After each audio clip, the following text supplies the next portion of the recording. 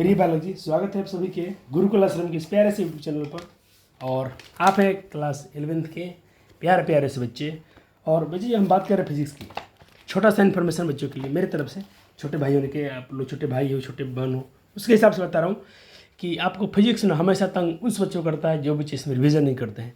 देखो, इसमें दो चीज़ करना है, रिविज़न तो आपको करना ही करना है, प्लस आपको स्कैनिंग करना है डेली। स्कैनिंग क्या होता है सर? स्कैनिंग मतलब ज़्यादा समय नहीं जाता है।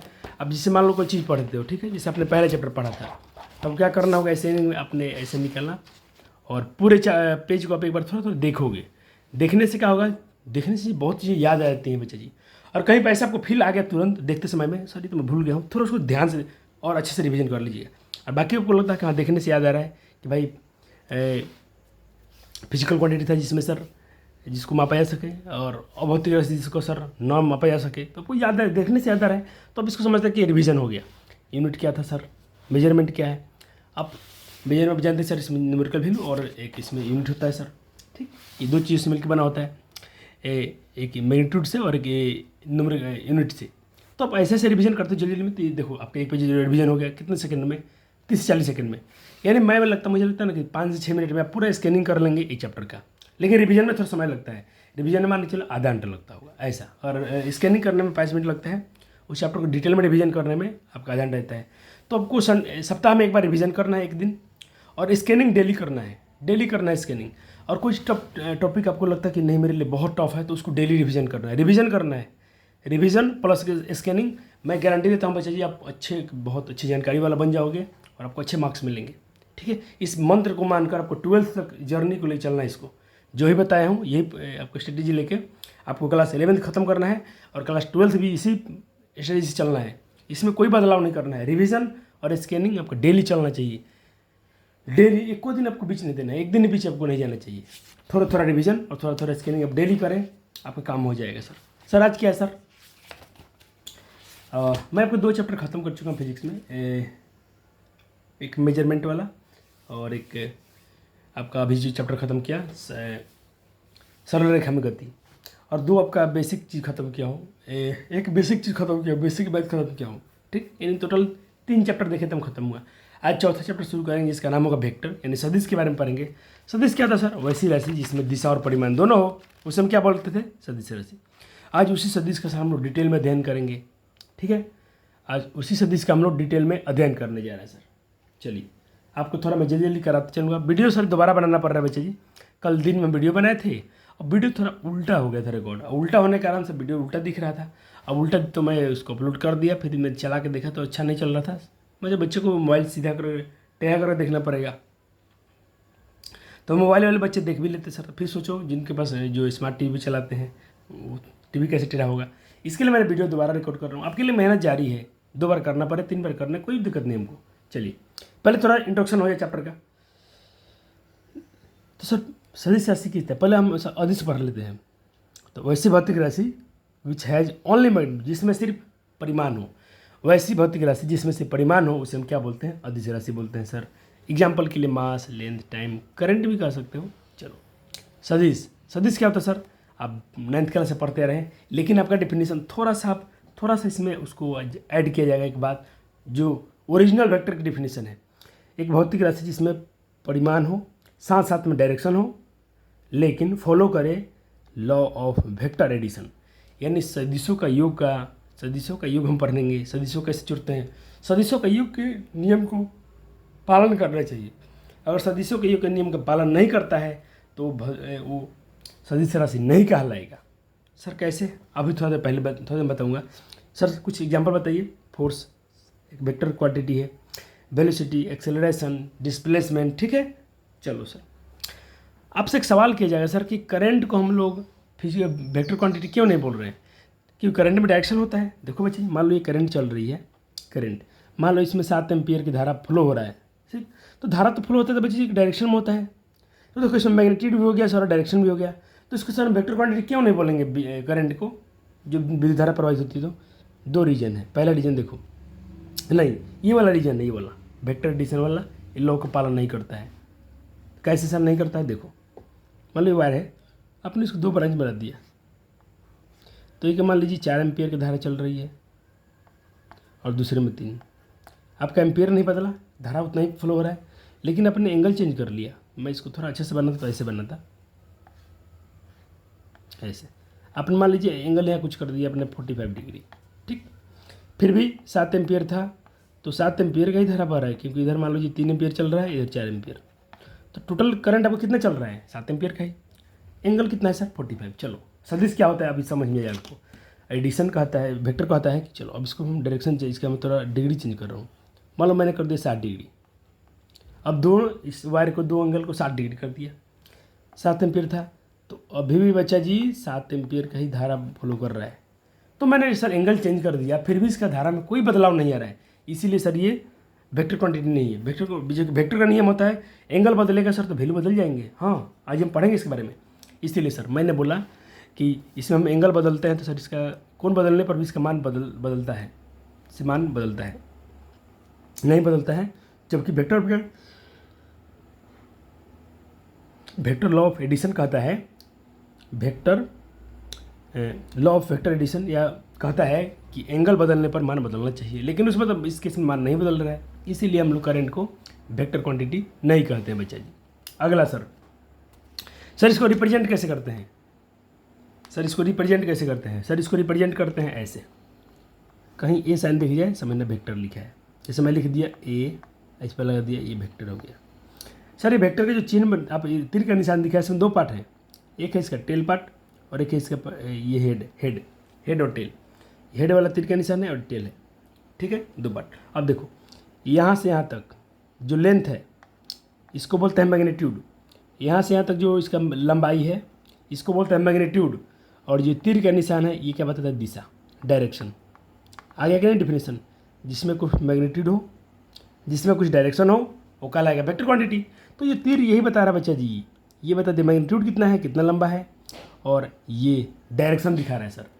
डायरेक्शन को सर हम ऐसे भी दिखा देंगे सर, कभी कभी डायरेक्शन को हम कैप लगा देंगे, इसको पढ़ेंगे ए कैप, बी कैप, ठीक है। ओह मजा आ रहा बच्चा, बस सर क्या बात है। चलो टेल पार्ट, हेड पार्ट, ठीक है सर। उसका जो ये जो लंबाई है इसमें सब परिमाण भी होता है, जो सदिश की लंबाई बताती है, ये सदिश की लंबाई परिमाण बताती है, और डायरेक्शन उस तीर का निशान, ये तीर का निशान क्या होता है, डायरेक्शन। सब कुछ लिखा हूँ, एक भी चीज़ नहीं छोड़ा हूँ कि आपको दिक्कत हो जाए।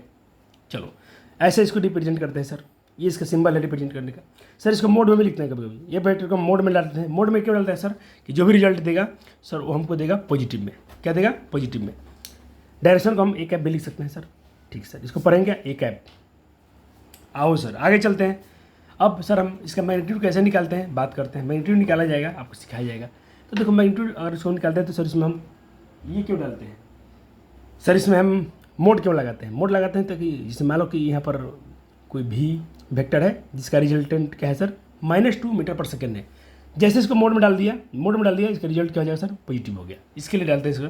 चलो अब हम सीखेंगे सर कैसे निकालेंगे इसका वैल्यू। मान लो ये क्या दिखा रहा है, डायरेक्शन दिखा रहा है, ये कितना दिखा रहा है, इधर डायरेक्शन दिखा रहा है सर। इसमें कुल इसका सर मान कितना निकलेगा, तो सर 0 न्यूटन मान लग जाएगा। इसमें फोर्स कितना लगेगा, एक फोर्स इधर लग रहा है, एक फोर्स इधर, दोनों अपोजिट है और दोनों में सेम मैग्नीट्यूड है, तो नेट फोर्स जो निकलेगा, वो 0 निकलेगा। कितना निकलेगा बच्चे, 0 न्यूटन निकलेगा। चलो मोड लगाने से वैल्यू पॉजिटिव आता है, कोई दिक्कत समस्या परेशानी नहीं सर, होना भी नहीं चाहिए सर। टाइप सब वेक्टर पढ़ेंगे सर, हमको सर पूरा फिजिक्स में 2-3 वेक्टर यूज होगा, इसका टाइप पढ़ेंगे 10 टाइप, लेकिन यूज होगा 2-3 बस। लेकिन सर 10 से क्यों पढ़ता है, पढ़ना चाहिए, मैथ में काम आ जाएगा। चलो एक होता है पोजीशन वेक्टर, एक होता है क्या सर, पोजीशन वेक्टर। देखो पोजीशन वेक्टर क्या बोलता है, जैसे मान लो सारी चीज़ समझाऊंगा, सब कुछ समझाऊंगा। मान लो यहाँ पर कोई चीज़ है तो सिर्फ इसको पोजीशन में कैसे बताओगे, इसके मैं नाम दिया हूँ, ये वेक्टर ही था, ये मान लो सर ये भी वेक्टर है और ये ओरिजिन है। तो ये कहता है कि ओरिजिन से आप एक ऐसा डाल दोगे डायरेक्शन तो ये बताएगा। और मान लो ये कोई बिंदु पी था तो आप इसको दिखाओगे ना, ऐसे दिखाओगे OP, तो ये क्या बता रहा है सर, इसका पोजीशन बता रहा है। OP क्या बता रहा है, इसका पोजीशन। वो चीज़ यहाँ पर लिख दिया हूँ, कोई दिक्कत नहीं सर। जो पोजीशन वेक्टर होता है वो हमेशा मूल बिंदु से उस बिंदु की तरफ लोकेट करते हैं। देखो ये लोकेट कर रहा है कि भाई पोजीशन इधर है, ठीक है सर, कोई समस्या, नो सर समस्या होनी चाहिए। सर डिस्प्लेसमेंट कैसे निकालेंगे सर डिस्प्लेसमेंट वेक्टर क्या होता है सर, देखिए यहाँ पर कोई मान लीजिए पॉइंट ए है, यहाँ पर कोई पॉइंट बी है, ठीक है सर इसको, और ये डिस्प्लेसमेंट दिखाना है, तो डिस्प्लेसमेंट एस पर मैं क्या दिखाऊँ वेक्टर फंक्शन, देखो यहाँ लिखा हूँ एस ऐसा, तो इसको बोलेंगे सर डिस्प्लेसमेंट वेक्टर। कैसे निकालेंगे, तो डिस्प्लेसमेंट वेक्टर लिख देंगे ए बी और उस पर दोनों पर चढ़ा देंगे तीर का निशान, तो ये हो गया। ए बी क्या बता रहा है सर, डिस्प्लेसमेंट वेक्टर बता रहा है, सिंपल। ये सिर्फ टाइप्स पढ़ रहे हैं, ऐसा होता है, आपको इसमें कुछ ज़्यादा कुछ पढ़ना नहीं है, सिर्फ इसको थोड़ा ध्यान में रखिए। अब पढ़ेंगे इक्वल वेक्टर। इक्वल वेक्टर क्या होता है सर, जिसमें मैग्नीट्यूड और डायरेक्शन सब बराबर होने चाहिए।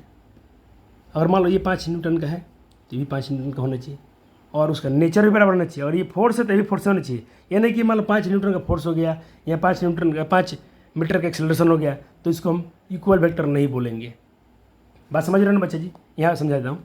ये मान लो 2 न्यूटन का हो गया, ये 5 न्यूटन का है, तो ये अनइक्वल वेक्टर है। इधर देखो ये 5 न्यूटन का है और ये क्या है सर 5 मीटर वेलोसिटी हो गया, तो दोनों का नेचर बदल गया, तो नेचर बदल गया तो ये अनइक्वल वेक्टर हो गया।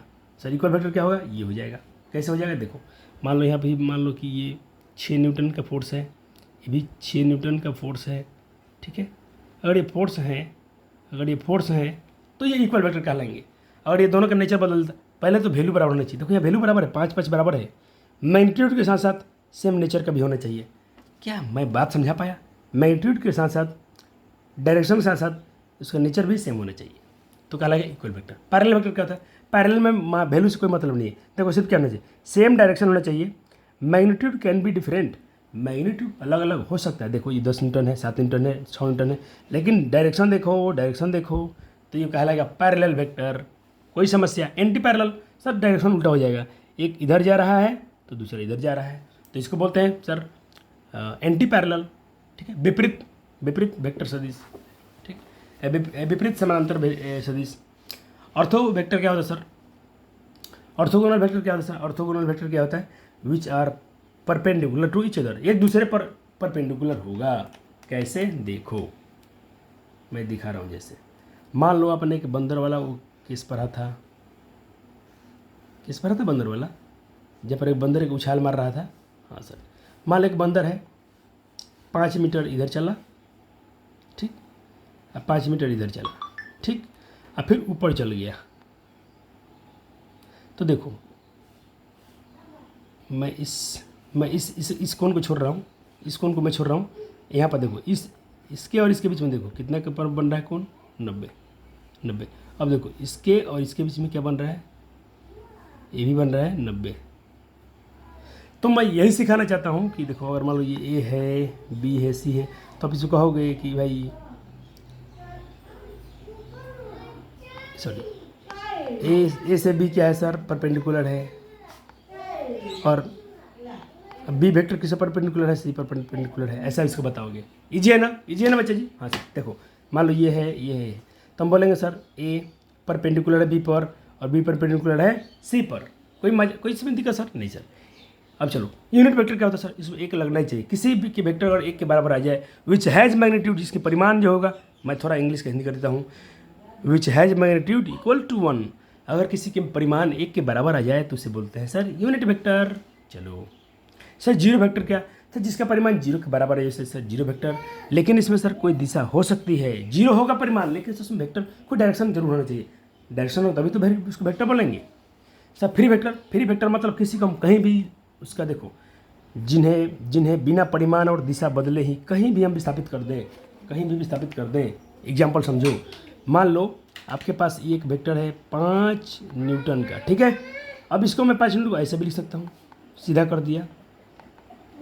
मैं इसको मैं ऐसे भी तो लिख सकता हूँ, डायरेक्शन देखो नहीं बदला हूँ, 5 न्यूटन, तो मैं इसको कहीं ले जा सकता हूँ, देखो, लेकिन जितना है उतना इसका मैग्नीट्यूड में चेंज नहीं कर रहा हूँ, सब 5 न्यूटन का है, लेकिन इसका प्लेस मैं इधर उधर कर रहा हूँ, मैं इसको घुमा सकता हूँ इधर, कहीं डायरेक्शन सर, इसका दिशा मैं चेंज नहीं कर रहा हूँ, देखो दिशा अगर ऊपर था तो ऊपर ही है, मैं इसकी दिशा ऐसे इधर पीछे नहीं कर रहा हूँ। ओके चलो, अब क्या है सर, अब है sir localised fixed vector, sir जिसे हम कहीं हटा नहीं सके, जिसको हम डिस्प्लेस नहीं कर पाए, इसके उल्टा। अब आपसे प्रश्न पूछा जाएगा सर, कुछ प्रश्न कर लेते हैं, आप थोड़ा आंसर पर ध्यान न दें बच्चे, क्या सभी इक्वल वेक्टर पैरेलल हो जाएगा, तो दोनों का डिफिनेशन पढ़ो और जल्दी हमको हाँ ना में आंसर दो। चलो, तो जिन बच्चों ने कहा सर नहीं, जिन बच्चों ने कहा सर यस, सभी इक्वल वेक्टर पैरेलल होते हैं, सही बात है। क्योंकि देखो इक्वल वेक्टर क्या होता है बच्चे जी, इक्वल वेक्टर में क्या पढ़ा, उसका परिमाण भी समान होगा और डायरेक्शन भी समान होगा। तो ये पैरेलल होगा क्या ये पैरेलल नहीं होगा सर, हो जाएगा। अब चलो अगला सवाल, अगला सवाल, अगला सवाल, अगला सवाल। क्या सभी पैरेलल वेक्टर, क्या सभी समांतर वेक्टर इक्वल वेक्टर हो जाएगा, बराबर वेक्टर होता है, बराबर होता है? चलो चेक कर लेते हैं। सर पैरेलल में हमने क्या पढ़ा, पैरेलल में हमने क्या पढ़ा, ये 5 न्यूटन है तो ये 2 न्यूटन भी होगा, चलेगा। क्या सर ये इक्वल वेक्टर है क्या? नहीं सर। तो कहोगे नो नो, ये होता है पढ़ाने का तरीका, ये होता है बच्चों का पढ़ने का तरीका। आपको सारे कंसेप्ट क्लियर हो गए तो बच्चे प्यारे से नोट्स बनाते चले मेरे साथ साथ में। रिवीजन डेली का डेली करना है, बैकलॉग बहुत ज़्यादा हो जाएगा फिर। अब सर नहीं रुकने वाले हैं, मैं तो तेज़ी में चलूँगा अब। चलो कोई समस्या है यहाँ तक? नहीं सर। एक लेक्चर और आएगा बच्चे जी, वेक्टर आपका फिनिश हो जाएगा। और देखना आपको जब क्वेश्चन में हो सकता 3 भी लेक्चर आ जाए, कोई दिक्कत नहीं है। मैं कोशिश करूँगा 2 लेक्चर में पूरा फिनिश कर दिया जाए, कोई बात नहीं। चलो अब बात करते हैं सर एंगल, ये बहुत इंपॉर्टेंट है थोड़ा। एंगल, 2 वेक्टर के बीच में एंगल कैसे बनेगा, एंगल बिटवीन वेक्टर, सदिशों के बीच में कोण कैसे बनेगा, ये नियम सीख लो। देखो कैसे बनाते हैं, ये 2 सदिशों के बीच पहले जो कोण बनेगा, 2 कोण बनेगा सर। देखो जब भी कोण बनाओगे, मान लो ये वेक्टर ये होगा, एक वेक्टर 2 कोण बन रहा है, एक कोण इधर बन रहा है और एक कोण सर इधर भी तो बनेगा। लेकिन ये सर तो 12 कोण है ऊपर वाला, ये वाला तो 12 कोण है, तो 12 कोण को हम नहीं लेते हैं सर, 12 कोण की गिनती नहीं करेंगे, छोटा कोण हमेशा लेंगे। दूसरा नियम सर कैसे बनता है ये, सिर से पूछ, कहता कि सिर से सिर या पूंछ से पूंछ पर रखा जाता है तो बन जाता है सर 2 सदिशों के बीच एंगल बन जाएगा। मान लो कोई सर वेक्टर ये था, कोई वेक्टर ये है, एक का नाम है ए वेक्टर और इसका नाम है बी वेक्टर। सर इसके एंगल कैसे बनेगा, मैंने बोला इसका सिर इसके सिर पर रख दो तो भी एंगल बनेगा, या इसका सिर सर इसके टेल पर रख दो, सबसे बन गया, सिर इसके टेल पर रख दो। चलो हो गया, इसका सिर इसके टेल पर रख दो, यहाँ पर रख दो, चाहे टेल टेल टेल रख दो, टेल इसका टेल इसके टेल पर रख दो, टेल इसका टेल मैच कर दिया तो सर कौन बना कि नहीं बना, एक कोण यहाँ बना, दूसरा कोण यहाँ बना, ये कोण बड़ा है, इसको गिनती नहीं की जाएगी, ये वाला थीटा लेंगे सर हम। अब बना दोगे ना सर एंगल? हाँ सर बहुत ही, देखो 2 बना कर दिखाया हूँ, बहुत अच्छा। यहाँ देखो, यहाँ टेल से टेल मिला है, सिर से सिर मिला दिया हूँ, देखो इसका सिर और इसका भी सिर मिला दिया, यही अब एंगल यहाँ बन गया, कोई दिक्कत नहीं सर। और याद रखना जो भी के दोनों का एंगल सेम बनेगा। अब एंगल बिटवीन वेक्टर्स, सर इसका निकाल के दिखाओ तो, इसका वैल्यू निकाल लोगे आप? चलो तो इसका वैल्यू निकाल के दिखाओ तो कितना आएगा, इसका बताओ कितना कोण बनेगा। जब बाहर वाला कोण का मैं मान देती हूँ 330, तो अंदर वाला कोण कितना बनेगा, क्योंकि वेक्टर कोण हम किसको लेते हैं, छोटा लेते हैं, छोटा। बताओ जल्दी आंसर कितना आएगा। तो सारे बच्चे जानते हैं कि पूरा ये 360 होता है, और 360 में से हम कितना घटा देंगे सर, 330, तो कितना बचेगा अंदर, 30 बचेगा सर। बहुत ईजी आ गया सर, एंगल निकालने आ गया बच्चे को, बहुत मज़ा। सर मल्टीप्लाई कैसे करेंगे, ईजी है सर। मान लो ये 3 न्यूटन का था सर, इसमें 3 से मल्टीप्लाई करेंगे, कोई वास्तविक संख्या से गुना करेंगे तो ये कितना 9 न्यूटन का हो जाएगा। यानी ये 3 टाइम बढ़ेगा, 1 2 3 बार, यानी 9 गुना हो गया। चलो सर निगेटिव से गुना करो तब क्या होगा, निगेटिव से गुना करोगे कोई संख्या से तो परिमाण तो बढ़ेगा सर। कहता कि निगेटिव संख्या से गुना करने पर परिमाण n गुना बढ़ेगा। जितना जैसे मान लो निगेटिव से करेंगे -2 से तो -2 गुना बढ़ेगा, 2 गुना बढ़ेगा। -5 से करेंगे तो 5 गुना बढ़ेगा। लेकिन सर दिशा उल्टा रहेगा, उल्टा हो जाएगा। जैसे ये इधर जा रहा था, मैंने -1 से गुना कर दिया तो इसका वेक्टर -a हो गया, लेकिन डायरेक्शन चेंज हो गया सर, इधर हो गया, कोई बात नहीं। चलो इफ़ n इज़ 0, अगर ये सर नंबर 0 हो जाए तब क्या होगा, बिटवीन 0 0 वेक्टर। देखो अगर नंबर 0 हो जाएगा तो देन बिकम्स हमको 0 और 0 वेक्टर मिलेगा। इजी बात है, 0 से गुना करें तो 0 वेक्टर ही मिलेगा। चलो अब सर यही बात तो चल रहा था लॉ ऑफ एडिशन का, वेक्टर का आपने पढ़ा का, जिसमें व्हाट इज वेक्टर क्वांटिटी, तो विच हैज फिजिकल क्वांटिटी, वैसे भौतिक राशि जिसमें सर क्या magnitude as well as direction and law पालन करता हूँ नियम का, vector addition, law of vector addition का। लॉ ऑफ वेक्टर एडिशन यानी सदिशों के जोड़ का नियम का पालन करता है, उसे बोलेंगे सर हम क्या, उसको बोलेंगे हम वेक्टर, नहीं तो वेक्टर नहीं बोलेंगे। चलिए सर आइए सर कुछ आपको जोड़ के दिखा दिया जाए, मजा आ जाए।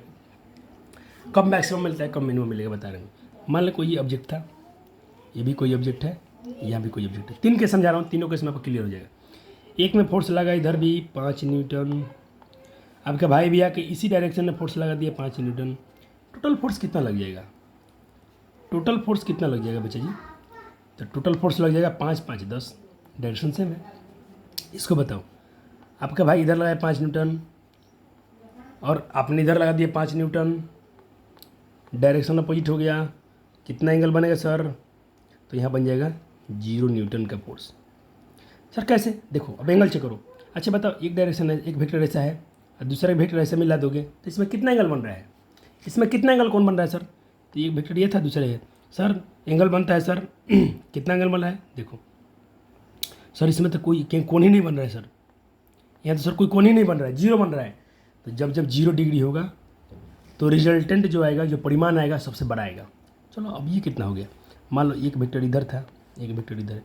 अब ये दोनों के बीच कितना कोण बन गया? ये कितना कोण होता है बच्चा जी? सीधा सीधा 180। कितना कोण होता है बच्चा जी? 180।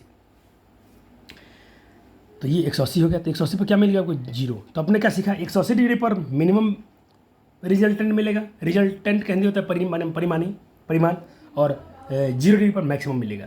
तो इसमें सर मैक्सिमम मिलता है परिमाण सबसे ज़्यादा, इसमें मिनिमम मिलता है सर।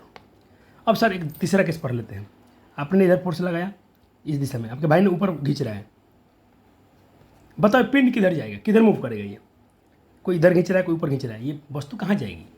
नहीं बता पाओगे। तो सर यहीं पर एंगल के बाद चलेगा। अब यहाँ पर एंगल निकालेंगे हम, तो क्या करेंगे सर? एक तो 90 डिग्री है, तो 90 डिग्री है तो सर ये जो यहाँ ये पाइथागोरस काम करेगा सीधे। अब एक और हम एंगल बनाना पड़ेगा उसको। तो एक बार हम यहाँ भी एक वेक्टर इधर भी लगाएंगे, इस वेक्टर को सर हम इधर भी लगा सकते हैं। अब यहाँ कितना बन गया सर? 90 डिग्री बना। अब ये क्या हो गया सर? लंब। ये हो गया आधार, ये क्या हो गया? कर्ण के मान लो ये 5 था, ऐसे इसको यहाँ समझो, ये वेक्टर बन गया ना आपका, इधर हो गया है, इधर गया है। चलो ये 90 था, तो सर अगर ये 5 न्यूटन है, ये भी 5 न्यूटन है, तो सर ये कितना आएगा सर? तो 5√2 आएगा ना? क्यों सर? रूट अंडर 5 के 25, 5 के 25, 25 25 50। अब 50 का वर्गमूल क्या होता है सर? 50 25 25 दूनी 50, 5√2। तो कितना आ गया? 5√2।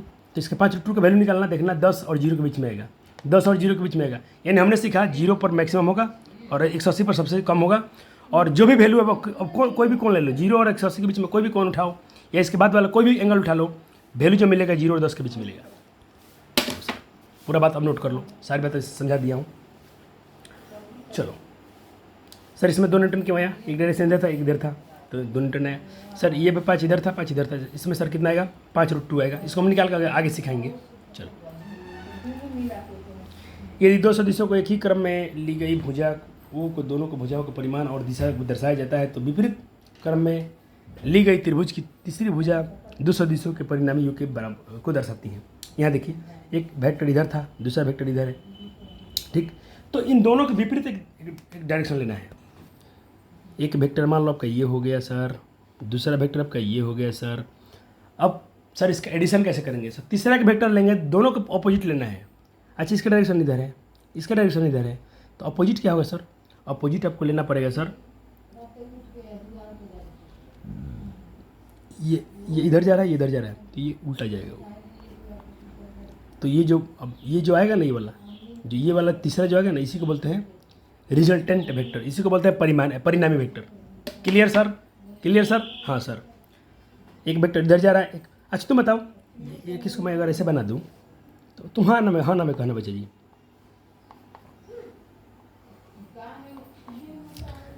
देखो ये डायरेक्शन इधर था, ये वेक्टर इधर था, मैं एक वेक्टर को ऐसे कर रहा हूँ, तो क्या ये वाला रिजल्टेंट वेक्टर कहलाएगा? हाँ ना मैं आंसर दूँ? चलो आपने सोचा हाँ, तो गलत सोचा आपने। आपको डिफिनेशन में क्या बताएगा? उल्टा होना चाहिए। अगर ये इधर जा रहे हैं, ये इधर जा रहे हैं, तो ये उल्टा जाएगा। तीसरी भुजा 2 सदिशों के परिणामी, यहाँ क्या कर रहा है? भुजाओं जो 2 उसी क्रम में लेना पड़ेगा। यदि 2 सदिशों को एक ही क्रम में ली गई त्रिभुज की 2 भुजाओं द्वारा परिमाण और दिशा में दर्शाया जाता है, तो विपरीत क्रम में ली गई त्रिभुज की तीसरी भुजा, ये विपरीत क्रम में लिया गया है, ये इसके क्रम में नहीं है। इसके क्रम में ये होता ना, तो ऐसे होता है, ऐसे सीधा इसके पैरेलल होता है। तो और इसके पैरेलल होगा तो फिर त्रिभुज बनता ही नहीं। और तुम डायरेक्शन ऐसे भी नहीं ले सकते हो, डायरेक्शन ऐसे भी नहीं ले सकते हो। ये लिया इधर, ये लिया इधर, फिर इधर कर दोगे तो फिर वो डायरेक्शन तुम वैसा नहीं बना सकते हो। याद रखना सर, डायरेक्शन ऐसे लेना है, विपरीत। तो ये वाला हो गया रिजल्टेंट वेक्टर। क्या कहेंगे सर इसको? Resultant vector. ठीक है सर, इसको सर हम ऐसे दर्शाते हैं सर।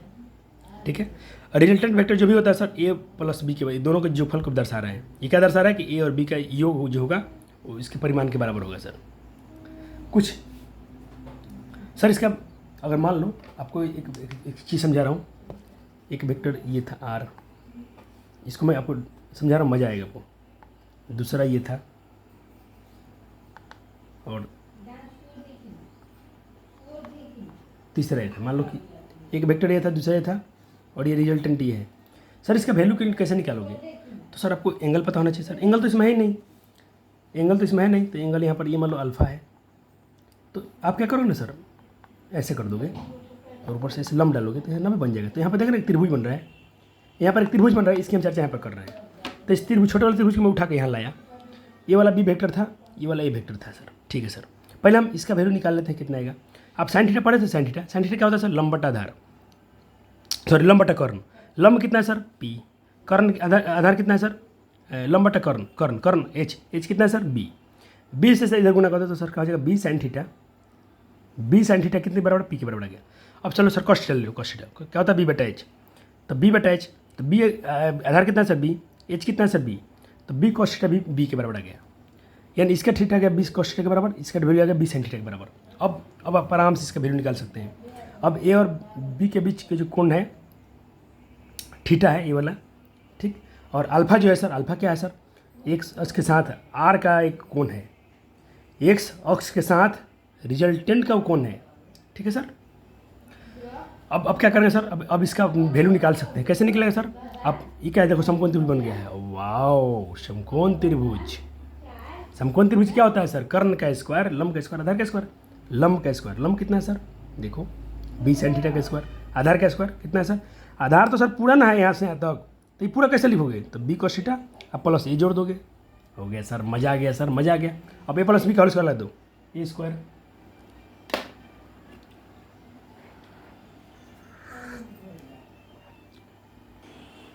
चलिए हो गया।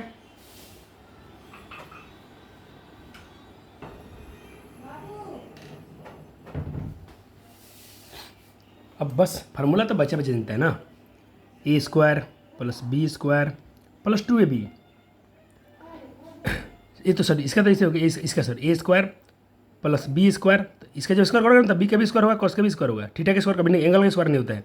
Plus 2ab cos theta. मजा आ गया सर। चलो अब देखो यहाँ भी सर क्या है सर? यहाँ है सर ए स्क्वायर, यहाँ बी स्क्वायर, कॉमन कर लेते हैं। तो यहाँ क्या बचेगा सर? यहाँ बचेगा साइन स्क्वायर थीटा, यहाँ बचेगा सर कॉस स्क्वायर थीटा, और ए स्क्वायर कॉमन हो गया है और बी स्क्वायर कॉमन हो गया है। तो यहाँ भी सर ए स्क्वायर बी स्क्वायर बाहर निकल गया। यहाँ क्या बचा सर? ए स्क्वायर बी स्क्वायर को अलग लिख दिए हैं, बाहर कॉमन नहीं किया, अलग लिख दिए, इसको अलग लिख दिया, इसको इसमें से कॉमन कर दिया सर। चलो अब हमें क्या मिलना है सर? इधर बच गया मेरे पास साइन स्क्वायर थीटा, इधर बचिए कॉस स्क्वायर थीटा, इधर बचिए 2ab। चलो अब देखो sine square theta cos theta क्या होता है? एक होता है। Sine square theta plus cos square theta क्या होता है? एक होता है। तो एक में इससे गुना करोगे तो एक का तो कोई वैल्यू नहीं रहेगा सर, एक तो चलो खत्म ही हो गया। बच गया ए स्क्वायर बी स्क्वायर और इसमें एक से गुना करेंगे तो इतना ही आया। इधर बच गया 2ab कॉस थीटा। इसको याद रखना है। कैसे याद रखना है? अपने नाम जैसा। आपका नाम कभी भूलते हो क्या? नहीं। तो इस फार्मूला को नहीं भूलना है। चलो एक बार रिपीट करते हैं सर। रिजल्टेंट जो होगा सर √ए square plus b square plus ab into b cos theta. याद हो गया? A b cos theta, √A square b square plus a b cos theta, 2ab cos theta, A square b square plus 2ab cos theta. याद हो गया sir? Sir theta क्या होगा sir? Angle दिया होगा तभी तो अपने परिमाण निकालो, दो वेक्टर के जोड़ोगे सर। क्वेश्चन नहीं करेंगे सर? कराएंगे सर, अगले लेक्चर बहुत क्वेश्चन कराएंगे। अभी तो आपको आज तो बेसिक चैप्टर पढ़ाया, अभी तो रूल पढ़ा रहे सर। उसका एंगल कैसे निकालेंगे सर?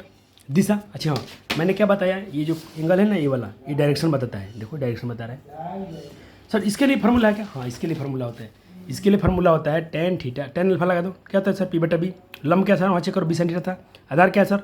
आधार क्या है? ए प्लस बी कॉस थीटा है। ये भी आपको याद रखना है अपने नाम की तरह। जब डायरेक्शन निकालना हो रिजल्टेंट का, ये फार्मूला लगाएंगे। और रिजल्टेंट का सर पूरा टोटल एडिशन निकालना है तो सर वाला पिछले वाला फार्मूला लगाएंगे, पिछले वाला फार्मूला लगाएंगे सर। एक क्वेश्चन करके दिखाते प्यारे बच्चे, मैं समझ जाऊँगा कि आपका कंसेप्ट क्लियर है। बोला ना क्वेश्चन कराएंगे, क्या परेशान होते हो। चलो इस क्वेश्चन करो। ए बराबर 3 बी बराबर 4 और बी थीटा 60 डिग्री है तो रिजल्टेंट का वैल्यू क्या होगा। ओ सर क्या बच्चा तो जानता है सर, ये मैं आपको एक्सप्लेन नहीं करूँगा। पता बताओ क्यों नहीं करूँगा, क्योंकि 10वीं क्लास में आपको cos थीटा का cos 60 का वैल्यू बता दिया गया है। ये काटना पुटना आपको आता है सर, वर्गमूल निकालना आपको आता है सर, तो हम क्या बताएं आपको। चलो और ये चीज़ आपको पढ़ा दिया हूँ सर उसके परिसर कहाँ से आता है। तो देखो 0% मैक्सिमम मिलता है और 180 डिग्री पर मिनिमम मिलता है, पढ़ा दिया था ना, इसको सिर्फ नोट कर लो। देखो और ये भी एंगल दिखाया हूँ सर, ये कैपेसिटी वैल्यू आया है 60 डिग्री भी लोगे ना सर, 60 डिग्री भी लेके देख लो, थीटा 60 डिग्री लो। मैं क्या बोला कि 0 और 180 के बीच में आएगा, 10 न्यूटन आया है ना, 0 डिग्री आया है ना, 0 न्यूटन आया है ना, 0 और 10 के बीच में आएगा। ये कितना आएगा सर, 7 आया। इसको चलो इसको करो, इसको जब निकालोगे तो सर 75, 5 √3 आया, 5 और √3 का मिलता है ना 8 दशमलव कुछ, तो 0 और 10 के बीच में है कि नहीं। तो ये तो बस सिखा रहा हूँ सर कि उसका रेंज भी जो आएगा ना सर 0 पर मैक्सिमम होगा और 180 पर 0 पर मैक्सिमम होगा, 180 पर सर मिनिमम होगा। और जो भी एंगल आप ले लो 0 180 के बीच में, सब उसके वैल्यू उसके बीच में लो आएगा, थी एग्जिट करेगा सर। इस क्वेश्चन करके दिखा दो बच्चा जी। आपके मैं दे रहा हूँ एक 10 न्यूटन का बॉल है, एक 6 न्यूटन का बॉल है, एक और योग करेंगे इसको जोड़ेंगे तो वेक्टर नहीं हो सकता है। क्या नहीं हो सकता है सर, क्या नहीं हो सकता है। 2 न्यूटन नहीं हो सकता है कि 8 न्यूटन नहीं हो सकता है कि 12 न्यूटन नहीं हो सकता है कि 20 न्यूटन नहीं हो सकता है। अभी तो वो सिखाया था सर। एक बार ले लेंगे सर 0 डिग्री पर, एक बार ले लेंगे सर 180 पर। तो सर देखो 0 में सर कितना आ रहा है सर, 0 डिग्री पर कितना आएगा सर, मैक्सिमम आएगा 16 डिग्री है, 10 16 न्यूटन हो रहा है। अब इसमें से क्या डालो, 10 में से हो गया 4 न्यूटन, 4 सूर्य के बीच में आ सकता है, 4 सूर्य के बीच में 8 आता है, 12 भी आता है, 20 आता है, 2 आता है क्या सर, नहीं, ये आंसर हो जाएगा। अरे सर ऐसा क्वेश्चन नहीं कर लोगे, कर लेंगे सर, तो इसको कर दो ना, कर दो।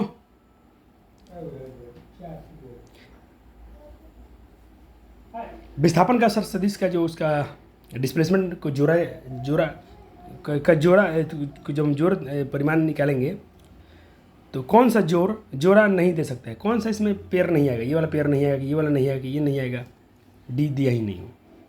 चलो देखते हैं सर कौन नहीं आएगा, यहाँ पे निकालते हैं सर, यहाँ पे निकालते हैं सर।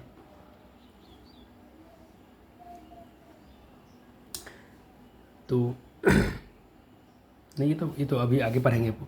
तो यहाँ देखो एक बार जोड़ के देखो, 13 दिया ना 13, तो 13 कौन नहीं देगा, इसका देखो मैक्सिमम क्या देगा, 16 4 20 दे देगा, और 16 में 4 के 12, तो 12 इसका रेंज कितना रहा, देखो मैक्सिमम इसका कितना रहा है 16 4 20 और मिनिमम रहा 16 में 4 के 12, तो 12 या 20 के बीच में आएगा, तो 13 तो इसमें आ ही जाएगा। चलो इसको चेक करते हैं, 20 7 27 मैक्सिमम 27 न्यूटन और 20 में 7 13 न्यूटन, 13 27 के बीच में आ रहा है तो 13 इसमें आ जाएगा, ठीक है। इसको चेक करते हैं, 1 8 9 न्यूटन, 8 में से गया 7 न्यूटन, तो ये कहाँ आएगा, इसमें 13 कहाँ आएगा, तो ऑप्शन इसका क्या हो जाएगा, सी हो जाएगा। ये वाला आपको अगले लेक्चर में पढ़ाया जाएगा, ठीक है। तो मैं यहाँ से बोलता हूँ कि लेक्चर 2 करेंगे आपको, लेक्चर 2। धन्यवाद बच्चा जी, बहुत बहुत आपका शुक्रिया लेक्चर देखने के लिए। अपने क्लास के दोस्त जो भी आपके एडमिशन लिए क्लास ले बच्चे, सबके घर में बच्चे जरूर मोबाइल होगा, उनका व्हाट्सअप पे जरूर लिंक को शेयर कीजिएगा, अपने से बता भी दीजिएगा चैनल के बारे में, आपका बहुत बहुत सहयोग होगा सर के लिए।